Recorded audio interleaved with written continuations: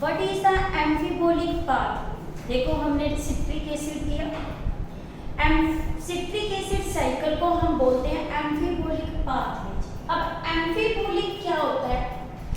Biochemical pathways, biochemical pathways which involves catabolism and anabolism।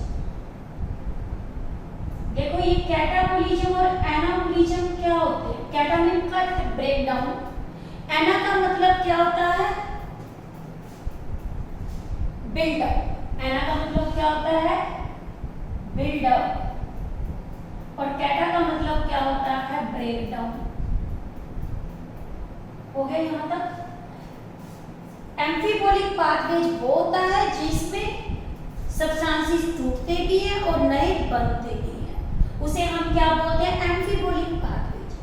Respiration हमने किया, पहले glycolysis किया, उसमें ब्रेक डाउन हुआ था, बाद में हमने क्रैब्स साइकिल किया। क्रैब्स एंड साइकिल है वो एक ऐसा साइकिल है जिसे हम बोलते हैं एम्फिबोलिक पाथवे। क्रैब्स साइकिल आपका किसका काम करता है? एम्फिबोलिक पाथवेज का। ये एम्फिबोलिक पाथवेज का कैसे काम करता है? आप देखो हमारा जो फूड है, फूड में क्या क्या प्रेजेंट होते हैं? फैट्स, कार्बोहाइड्रेट्स और प्रोटीन। ये सारे हमारे बॉडी में ब्रेक डाउन हो रहे हैं, तो ये क्या इन्वॉल्व कर रहा है? कैटाबोलिज्म। सबसे पहले देखो जो हमारा कार्बोहाइड्रेट्स हैं वो फूड में सबसे जल्दी ब्रेक डाउन होते हैं। हमारे respiratory substrate carbohydrate, fats, protein से, एक मैंने बताया था ऑर्गेनिक एसिड जो बनाता है, अमीनो एसिड ही बनाता है। कार्बोहाइड्रेट सबसे पहले हमारी बॉडी में ब्रेक डाउन होता है, तो ये सिंपल शुगर बनाता है जिसे हम क्या बोलते हैं? ग्लूकोज।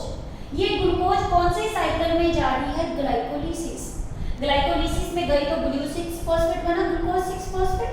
फिर क्या बनता है? Fructose 1,6 phosphate.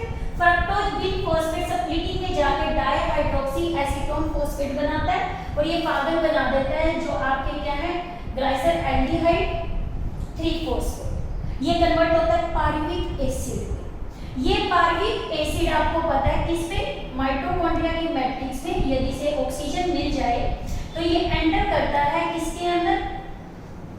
मैट्रिक्स में, तो कन्वर्ट होता है एसिटाइल कोए में। और आपको पता है एसिटाइल कोए एंटर करता है क्रैब साइकिल में, और यहाँ पे ये CO2 भी बनाता है और क्या बनाता है? आपकी वाटर की फॉर्मेशन करता है। क्या क्या बनाता है ये? CO2 और वाटर।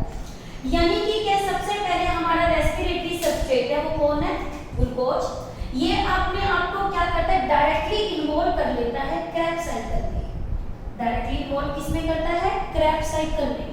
बट इसके अलावा हमारी बॉडी में दो और प्रेजेंट है, एक तो फैट्स, कार्बोहाइड्रेट नहीं है तो भी बॉडी में फैट्स आपके यूटिलाइज होते हैं रेस्पिरेटरी सबस्ट्रेट। फिर ये किस में टूटते हैं? फैटी एसिड और ग्लिसरॉल में।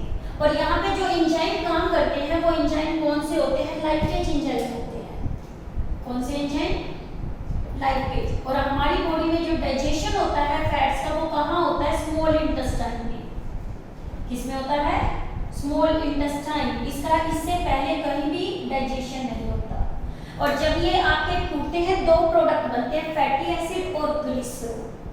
अब देखो ये जो फैटी एसिड और आपके क्या बनते हैं? ग्लिसरॉल, ये भी अपने आप को क्रैब साइकिल में एंटर करते हैं, बट ये डायरेक्टली नहीं करते, ये अपने आप को पहले कन्वर्ट करते हैं। फैटी एसिड का जब ब्रेकडाउन होता है तो वो एसिटाइल कोए बनाता है। फैटी एसिड जब क्या होता है? ब्रेकडाउन होता है तो वो क्या बनाता है? Acetyl CoA. और ये एसिटाइल कोए फिर क्रैब साइकिल में एंटर कर जाता है। बट सेकंड कौन है? ग्लिसरॉल। ये ग्लिसरॉल अपने आप को क्रैब साइकिल में एंटर करने के लिए इसे पहले खुद को पागल बनना पड़ता है। यानी कि पागल कैसे होगा? ग्लाइसर एल्डिहाइड 3 फॉस्फेट बना के ये अपने आप को कन्वर्ट करेगा डाइहाइड्रोक्सी एसीटोन फॉस्फेट में। डाइहाइड्रोक्सी एसीटोन ग्लाइसर एल्डिहाइड 3 फॉस्फेट पागल बन जाएंगे, फिर ये पायरुविक एसिड बनाएगा, फिर ये एंटर कर गया एसिटाइल कोए में। अब देखो थर्ड जो बचे, जब बॉडी में ये दोनों ही नहीं है, थर्ड कौन सा? प्रोटीन। प्रोटीन भी बॉडी में वैसे भी डाइट में है तो डाइजेस्ट और एंजाइम कौन काम करता है? प्रोटीएज। और प्रोटीन की जो डाइजेशन स्टार्ट होती है वो कहाँ होती है? स्टमक में। कहाँ स्टार्ट होती है? स्टमक में होती है। और एंड कहाँ होती है? स्मॉल इंटेस्टाइन में। और कार्बोहाइड्रेशन की डाइजेशन जो होती है हमारी बॉडी में, ये कहाँ डाइजेस्ट हो जाता है? माउथ में स्टार्ट होता है, स्मॉल इंटेस्टाइन में कंप्लीट होता है। अब देखो प्रोटीन को तोड़ने के लिए जो एंजाइम चाहिए वो प्रोटीएज, इसलिए ये डाइजेस्ट कर देता है और अमीनो एसिड बनाता है।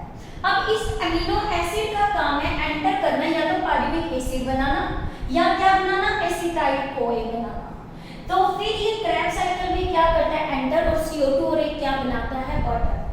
जब अमीनो एसिड डीएमिनेशन करते हैं तो एमिनेशन डीएमिनेशन क्या होता है? Removal of NH2 group. हम अमीनो एसिड को अमीनो एसिड क्यों बोलते हैं? इसमें एक तो NH2 ग्रुप होता है, दूसरा कार्बोक्सिल ग्रुप होता है।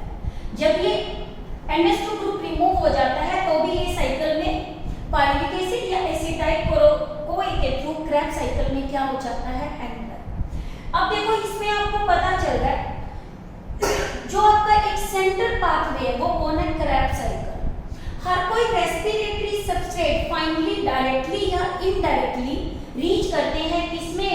क्रेब्स साइकिल में। और क्रेब्स साइकिल में जाने के बाद वो CO2 और क्या बनाते हैं? वाटर। देखो जब ये सारे सब्सटेंसेस आपके क्या हो रहे हैं? ब्रेक डाउन हो रहे हैं, ब्रेक डाउन हो रहे हैं, तो ये प्रोसेस कैटाबोलिक है। बट मान लो बॉडी में फैट नहीं है, फैट को सिंथेसाइज करना है, तो आपको पता है डाइहाइड्रोक्सी एसीटोन ग्लिसरॉल बना लेगा और ये फैटी एसिड के साथ क्या हो जाएगा? कंबाइन हो जाएगा और कंबाइन होके ये फिर क्या करेगा? आपको पता है क्या बना लेगा? फैट को सिंथेसाइज कर लेगा। यानी इस तरह से हमारी बॉडी के अंदर सब्सटेंसेस का ब्रेकडाउन भी हो रहा है और क्या हो रहा है? बिल्डअप। अब बिल्डअप की बात करें, देखो क्रेब्स साइकिल के अंदर बहुत सारे प्रोडक्ट बनते हैं। जो ये प्रोडक्ट बनते हैं वो इंटरमीडिएट है। हर इंटरमीडिएट का कोई आगे अपना कोई फंक्शन है। ये मैं आपको एडिशनल बता रही हूँ कि ये सारा आपका टॉपिक कौन सा है? NCERT है कि हम क्रेब्स साइकिल को और रेस्पिरेशन को हम क्या बोलते हैं? एम्फीबोलिक पाथवेज। यहाँ पे सिर्फ ब्रेकडाउन प्रोसेस ही नहीं होते बट बिल्डअप प्रोसेस भी होते हैं, नए और इंटरमीडिएट्स भी इसमें बनते हैं। और लास्ट में सेंटर पाथवे जो हम एम्फीबोलिक पाथवेज बोलेंगे वो क्रेब्स साइकिल को बोलेंगे। अब देखो क्रेब्स साइकिल में कौन कौन से? पहला अल्फा कीटोबुटायरेट बनता है, आपको पता है। याद रखना ये रिएक्शन बहुत इंपॉर्टेंट है। अल्फा कीटोबुटायरेट अपने आप को ग्लूटामेट अमीनो एसिड में कन्वर्ट करता है और ये अमीनो एसिड बहुत इंपॉर्टेंट है जो आगे प्रोटीन बनाता है। आपको पता चला ये इंटरमीडिएट था, इससे प्रोटीन नए बन रहे हैं तो बिल्डअप हो गया, तो ये प्रोसेस आपका कौन सा हो गया? एम्फीबोलिक।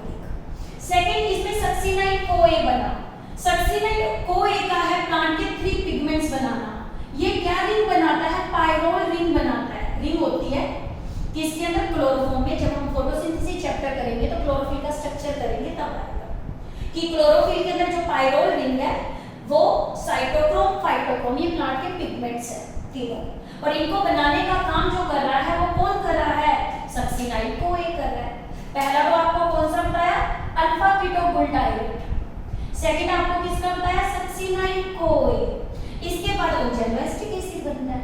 ऑक्सैलोएसिटिक एसिड बनता है वो एक अमीनो एसिड है, ये भी एस्पार्टेट, बहुत amino acid important amino acid है ये भी आगे जाके क्या करता है? अदर बनाता है, अदर कहीं पिरिमिडीज बनाता है। पिरिमिडीज क्या होते हैं? Nitrogenous base. क्या होते हैं? Nitrogenous base. और इसको कट के नाम से याद करना है, बस इतना याद रख लो, कट। सी से क्या होता है? साइटोसिन, यू से यूरोसिन, टी से थाइमिन। और ये किसको बनाता है? डीएनए और आरएनए को बनाते हैं। डीएनए और आरएनए। यहाँ आप बस इतना लर्न करो, नाइट्रोजीनियस बेस जो किसमें प्रेजेंट है? डीएनए, वो पिरिमिडीन्स है। एल्केलॉइड्स प्लांट्स के अंदर पिगमेंट्स होते हैं, जैसे कॉफी होगी, निकोटीन हो गया, तंबाकू हो गया, इसके अलावा कैनाबिस भांग होगी, इन सबको बनाने में ये हेल्प करता है। आपको पता है सबस्ट्रेट लेवल फॉस्फोरिलेशन से इसमें जीडीपी बनता था। हम करेंगे ह्यूमन फिजियोलॉजी के अंदर, प्लांट के अंदर और एनिमल्स के अंदर जो हार्मोन्स बनते हैं उससे मैसेज एक जगह से दूसरे पे जा रहा है, उसे बोलते हैं सिग्नल ट्रांसडक्शन सिस्टम।